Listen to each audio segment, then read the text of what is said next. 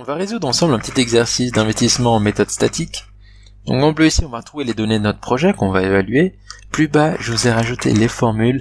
Malheureusement, on ne les aura pas dans le cadre du brevet. Ici, on a la petite méthode. Donc premièrement, dans chaque exercice, c'est de bien identifier et de comprendre les données. Donc souvent, quand on va vous donner une donnée, c'est que on va vouloir que vous l'utilisiez. On va voir chaque point ensemble. Premièrement, durée du projet. On sait que c'est sur 4 ans. Investissement initial, 500. Donc ça, vous pouvez imaginer que c'est un actif à long terme, ça pourrait être peut-être une usine. Valeur résiduelle, 100.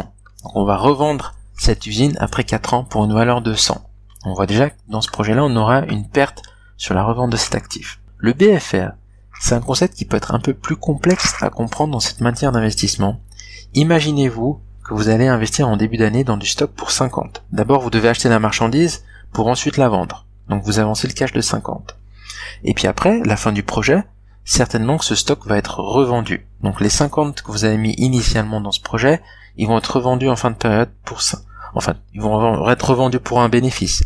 Mais là, ce BFR initial, il sera en tout cas récupéré à 100%. Le taux d'impôt, donc là dans cet exercice je l'ai mis à 0, mais dans l'exercice du brevet, en principe sur les investissements, je crois qu'on est toujours sur du taux à 0% pour éviter une problématique après sur les intérêts qui peuvent être déduits si c'est du capital étranger, mais je pense pas qu'ils veulent vous tester là-dessus encore. Ensuite, l'EBITDA moyen, donc c'est le bénéfice avant intérêt, taxes et amortissement. Donc là, je vous l'ai donné de 200.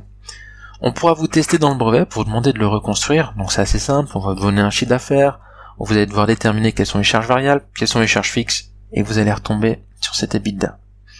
Le coût des capitaux, donc je vous l'ai encore donné 10%.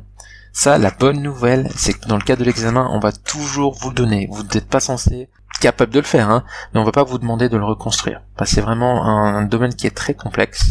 Donc on peut retrouver sous d'autres formes, sous d'autres termes. On peut avoir le coût des capitaux, coût du capital action, le coût d'opportunité. Dès que vous voyez un de ces termes, c'est qu'on parle vraiment de la rentabilité, ou ça peut être aussi le taux d'actualisation de les méthodes dynamiques. Donc une fois qu'on a pu identifier toutes les données, on va pouvoir calculer un BFR, investissement et nos capitaux moyens.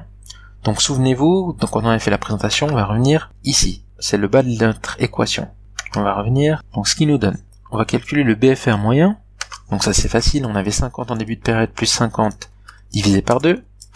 Ensuite pour l'investissement moyen, en début on investit 500 plus on le revend pour 100, ce qui nous fait des capitaux moyens de 300, investissement moyen, et les capitaux moyens, donc on additionne le BFR moyen plus l'investissement moyen, ce qui nous fait 350. Ensuite, on va passer maintenant sur notre compte de perte et profit. Donc on reprend notre EBITDA, qui est facile, qui est de 200. Ici on nous l'a donné dans cet exercice. Ensuite on continue avec le point 3. On va devoir calculer l'amortissement moyen. Ça c'est un concept que vous devez maîtriser. Donc l'amortissement moyen c'est notre investissement en début de période qui est de 500 moins les 100 qu'on revend divisé par 4. Pardon, petite erreur là. Dans la formule. Donc ça veut dire qu'on va amortir de 100 par année notre projet. Donc souvenez-vous, on pouvait imaginer que c'est une usine qui amortit pour 100 annuellement. Donc l'EBIT moyen, ce qui nous fait un EBIT moyen de 100.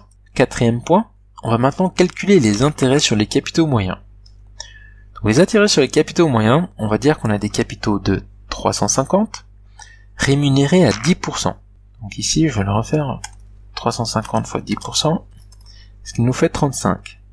Donc je vais mettre moins 35, et ce qui nous fait un bénéfice avant impôt de 65. Bon, vu qu'il n'y a pas d'impôt, le bénéfice net, il sera, quoi qu'il en soit, de 65. Maintenant,